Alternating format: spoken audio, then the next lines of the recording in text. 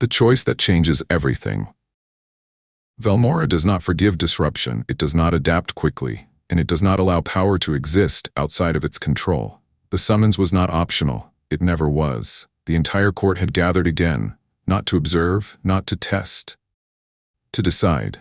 Princess Elaris Vael entered the hall, not rushed, not hesitant, and once again, she did not walk alone.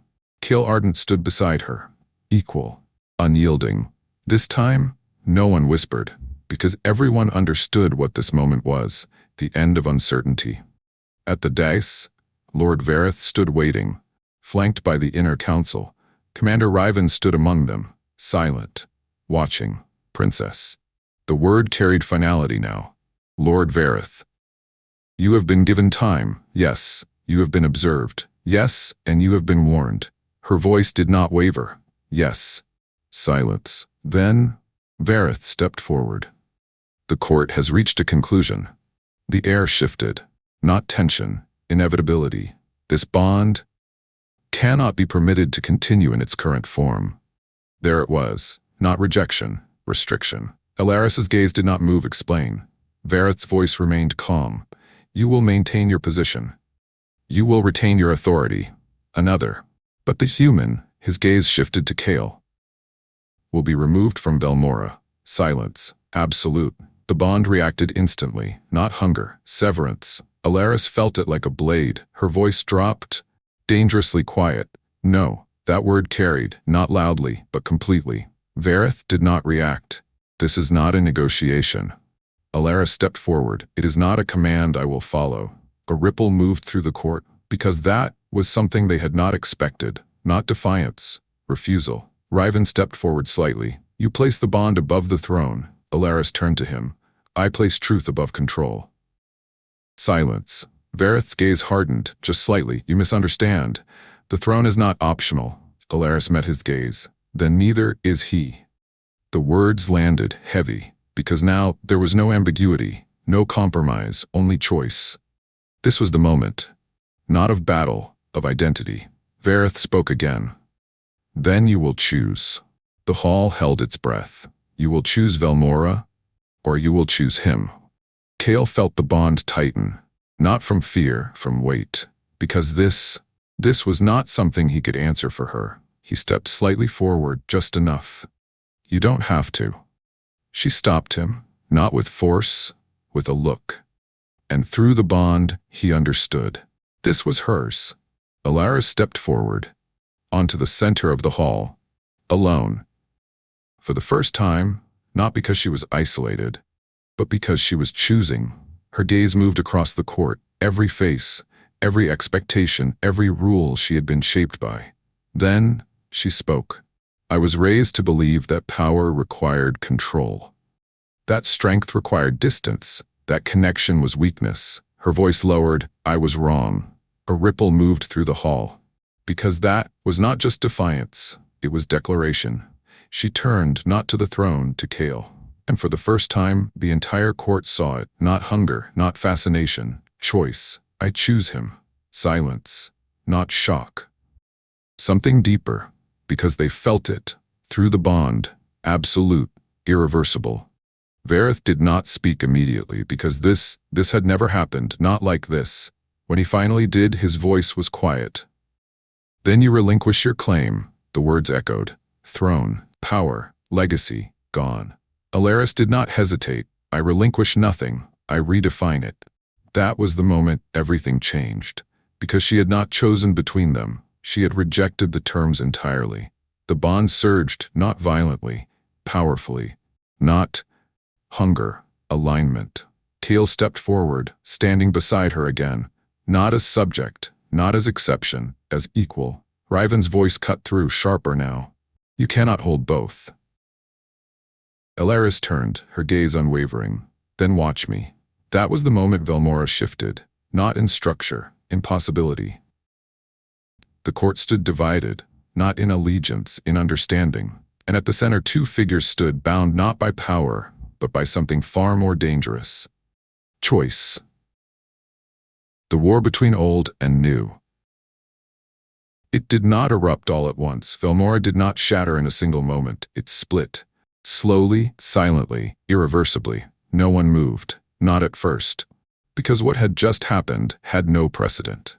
Princess Elaris Vael had not chosen between throne and bond. She had rejected the premise entirely. And now, the court did not know how to respond. Impossible.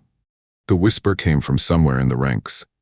She defies the structure. She redefines the bond. This cannot stand. The voices grew, not loud, divided. At the center, Lord Vareth stood still, watching, calculating, because this was no longer a question of discipline. It was a question of survival, and survival demands alignment. The first to move was not who anyone expected. An elder stepped forward, ancient, pale silver hair, eyes that had seen centuries of unchanging rule. Lady Theron, she bowed, not to the throne, to Elaris. The hall froze. Princess, she said quietly, I have lived long enough to see patterns repeat, and long enough to recognize when one finally breaks. Murmurs spread instantly. You support this? This is heresy. This is instability. Theron did not turn, did not acknowledge them. She kept her gaze on Elaris. This bond is not weakness. Silence. It is evolution. That word struck deeper than any accusation, because it suggested something the court had never allowed. Change. Another figure stepped forward, then another. Not many, but enough. A line, not declared but formed, old and new. Across the hall, Commander Riven watched, still, silent. Then, he stepped forward, not toward Elaris, toward Vareth. A choice. I will not support this, Riven said. His voice was controlled, but absolute.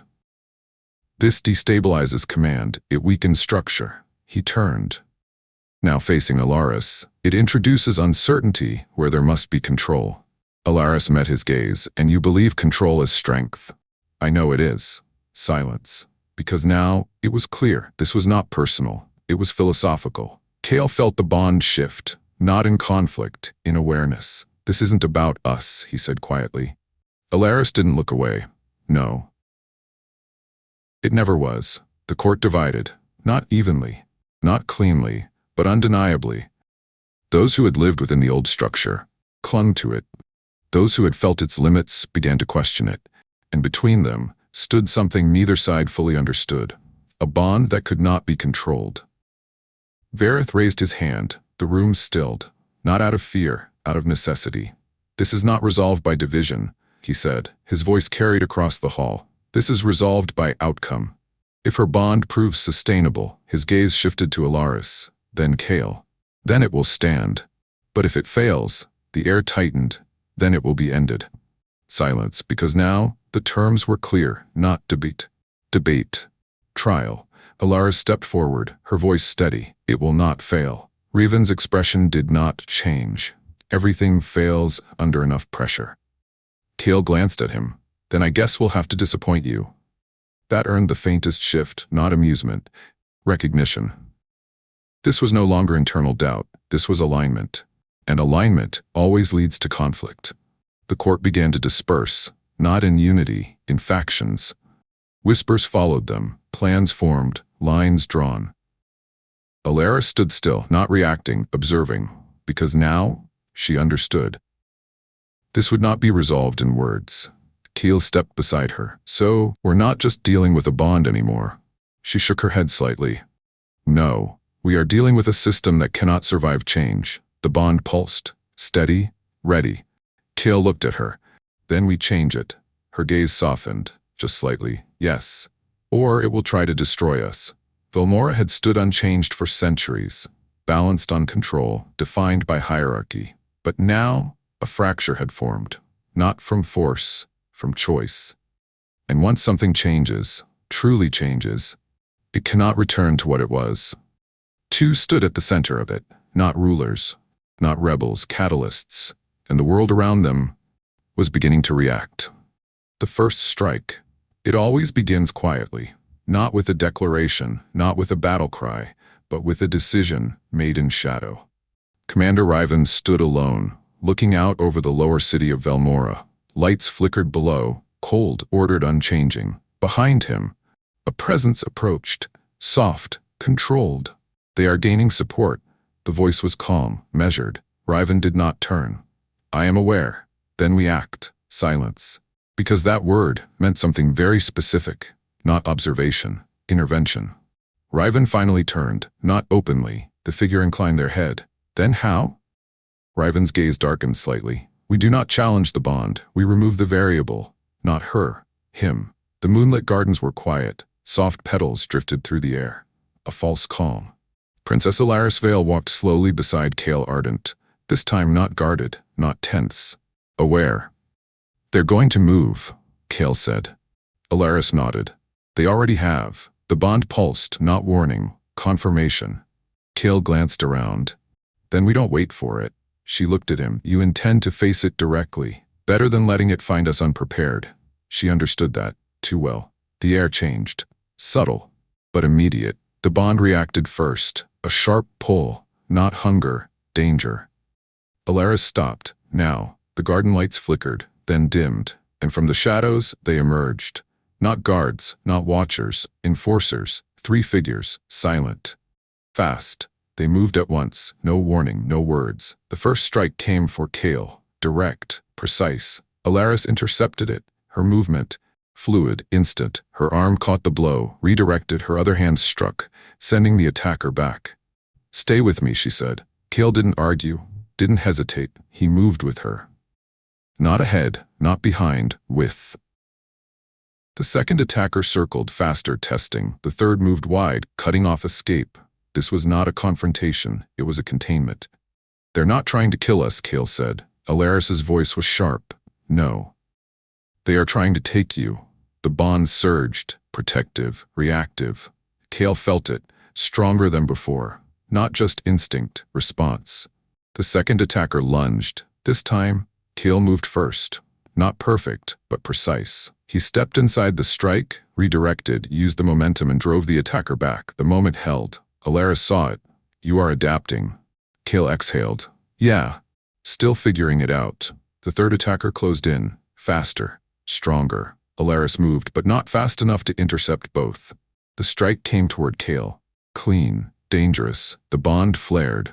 And this time, something new happened. Kael didn't just react. He anticipated. The movement, the intent, the angle. He moved before the strike landed. Not by sight, by connection. He caught the attacker's arm, twisted, redirected, and broke the motion completely. Silence, just for a second. Because that should not have been possible. Elaris felt it too, through the bond, not borrowed instinct, shared awareness. They're learning? One of the attackers said quietly. The others stilled. That changed the engagement. Withdraw. The command came instantly, not from fear, from recognition. The attackers vanished, back into shadow, as quickly as they had appeared. The garden fell silent again, but it was not the same silence. Now, it held knowledge. Kael exhaled slowly. Well, that felt like a first move. Elaris nodded. It was.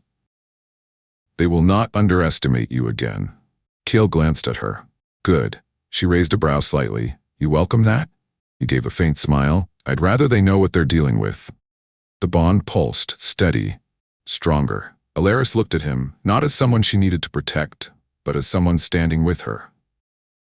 That was not survival, she said quietly. That was evolution. The first strike had been made, not to destroy, but to test. And now, Velmora understood something new. The bond was not fragile. It was becoming something else, something that could not be separated, something that could not be predicted. And that made it dangerous, not just to those who opposed it, but to the world that had never allowed it to exist.